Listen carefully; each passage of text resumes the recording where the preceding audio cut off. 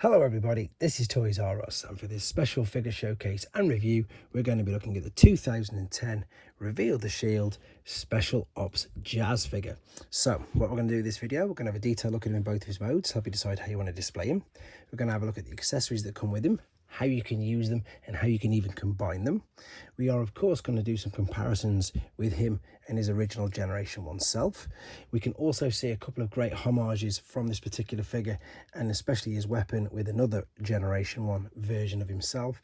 And while we're here, we can of course have a quick look at the latest version of this figure and other jazz figures that have been released down the Generations toy line.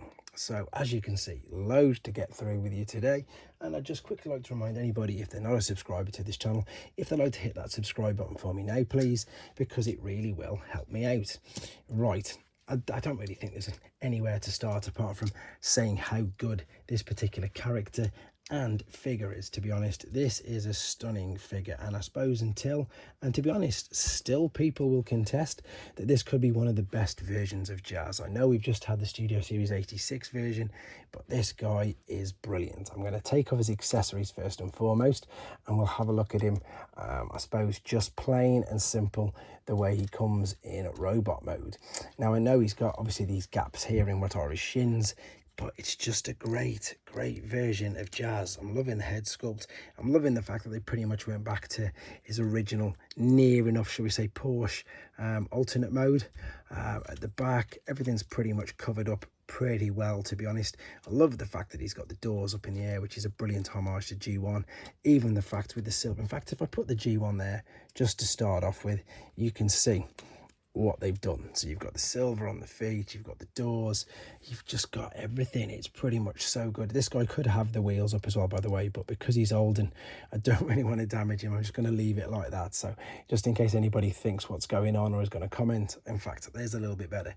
But in fact, while this guy's here, I want to show you this, because I think this is a brilliant thing that you can in fact do with the new version. So if I take off G1 Jazz's old weapon, which is this went around his neck, and it also fits around this guy's, which again is brilliant. So what you've actually got, if you wanted, is you've got a firing weapon which you can attach if you've got G1 Jazz. It doesn't have to be the original, you can have the commemorative version or the reissue or whatever, but I just think that that's a great little maybe it's an Easter egg. I think it probably is more of an Easter egg, isn't it? But there you go. I just wanted to show you that quickly. There's actually another homage to G1 as well, and what it is, it's regarding his weapon. So if I just slide this guy out of the way for now, this is the Pretender Jazz that came out as a classic Pretender, 1990 I think. Anyway, what I need to show you is his gun, because this is the original G1 Pretender gun, and then this is the new one from this particular figure. So again, you can see we've got the homage to it right there. Just lovely little touches that they put in. The little figure itself, it's obviously not great. I'll just get rid of this one, and we will continue looking at this new one from 2010. So the toy line in 2010 was right in between the two movies, of course, Revenge of the Fallen and Dark of the Moon, and they did Reveal the Shield and they did Hunt for the Decepticons. Now the Reveal the Shield were mainly I suppose classic, or as we now know them, Generations or Chug figures, which stands for Classic, Henkai Universe and Generations. Let's have a look at the figure then. Head sculpt, lovely blue visor. Is it on a ball and socket? Yes it is. You've got full rotation there. Shoulders, that's on a ball and socket. Oh, his legs in the way, that's on a ball and socket, so you've got loads of rotation and movement there. Elbow flexion, wrist does turn as well, which is brilliant. Waist, yeah, you got waist swivel, hips up, down, left, right, knees, ankle tilt, rock. Again, this is a 2010 figure, and it's brilliant. It's so good. I suppose I've already pointed out the first and probably mainly only negative thing is just the hollow shins at the front, but they're not too bad.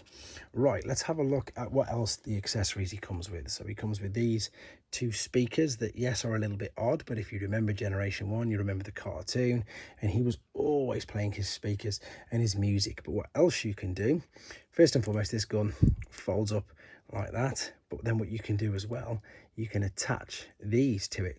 So you can attach via that little clip there, it'll sit in, and then we can turn it around and we can basically make a much bigger and a little bit more imposing, shall we say. Weapon. I think this is in the instructions. I've mislaid his instructions, to be honest, but I know I've seen pictures of this online, so it's not something super new I think I'm showing you.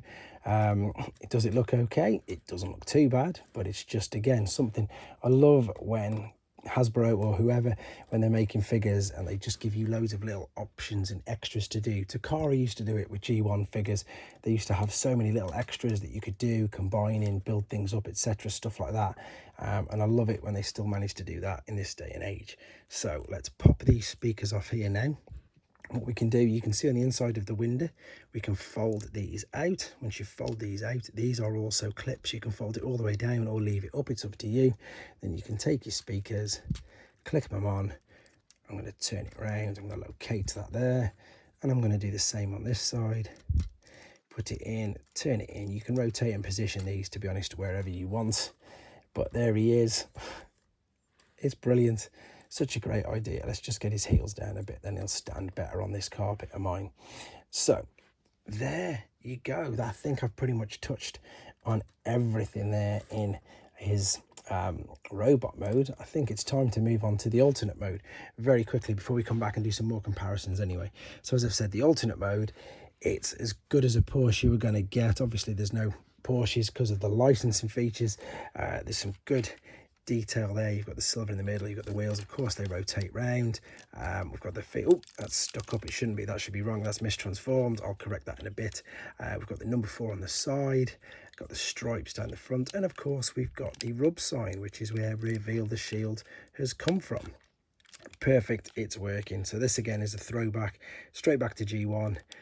They put these on the figures basically just to ensure that you knew you were buying an authentic Transformer and it wasn't a copy or a KO at the time. So they put these rub signs on, and this is a brilliant throwback to it. Right, what we can also do with this as well, because you've seen what we can do with the window, we can fold up these clips, fold them all the way around. We'll do the same on this side. Open up the door, fold it all the way around. If I take the speakers off here again, and you can then attach them to the outside like so. Oh, I've left the clip on. Oh dear. In fact, I'm going to lie you down for a second now. So what I've done, and I suppose if I show you, then you know you haven't broke it or it's not too detrimental. The clip just popped out of the little ball and socket joint. So I'm just going to reattach it, and like so. Same on this side. And then I'll close the doors as well, and that should put the feet back in that popped out. So you can just spin these around. Again, you can turn them around however you want them, it's up to yourself, and the doors still will close like that. With regards to transformation process, I've put it on a separate video. One, not to spoil it for you guys if you want to have a go yourselves, and two, to keep the length of this particular video down. So what we need to do now then, let's have a quick look at, I'm really struggling with him on this carpet. I do apologise, I know I need to get something flat, but it just makes it worse because there's just a huge slant down there. Anyway, let's have a quick look at him with, first and foremost, have a look at this particular chap, because I want to show you how big he is, because this is another figure from the same toy line. Granted, this is quite a small one anyway, but if I put up a Siege Sideswipe, and this is quite, well, this is current, of course, you can see that he's quite a bit bigger than him. Head and shoulders are quite a bit bigger than him. And with regards to his Studio Series 86 version, he's quite a bit bigger than that as well. I know a lot of it is the door, so if I can fold the doors in and if we just ignore them for now, you can still sort of see though that he's still head and shoulders above both of these. Right, so let's put these back out, move these back down. And then I think very quickly, I've got another Jazz here. This one's quite tall, but I've not even opened this one yet. So this is a Power of the Primes version, and this one is a combining one, believe it or not. Yeah, this guy's way better, isn't he? Let's be honest. And let's have a quick look at this in his packaging. They've, funnily enough, got the rope ties in. There's the Reveal the Shield. There's some beautiful artwork for Jazz there. And then if we spin it around on the back, I'm going to say, pause for you guys if you want to read that there, because obviously it's all in different languages. We've got the weapon there we're talking about, and again you can pause where it says include blaster, reveal the shield gimmick, and I think that's pretty much all there is to say about this guy. I hope I've done him some justice anyhow, because he was, and he's a very, very close tie of newer Jazz figures, shall we say, for a favourite of mine. I know you can't really beat the original because I'm very biased with that, but I think he's quite a close. Out of these two, it's different because they took the doors out the back. There's no denying that this guy looks exactly like he fell off the cartoon, but this one, as in a true homage to the G1 toy, it wins hands down. Anyway, guys, which one is your favourite Jazz? You may have one that I haven't got. There's so many more of these. These are just a few that I've picked out. Let me know what your favourite is, and let me know if you still think he stands the test of time. Take care, guys. Thanks for watching. Like and comment, and don't forget to subscribe.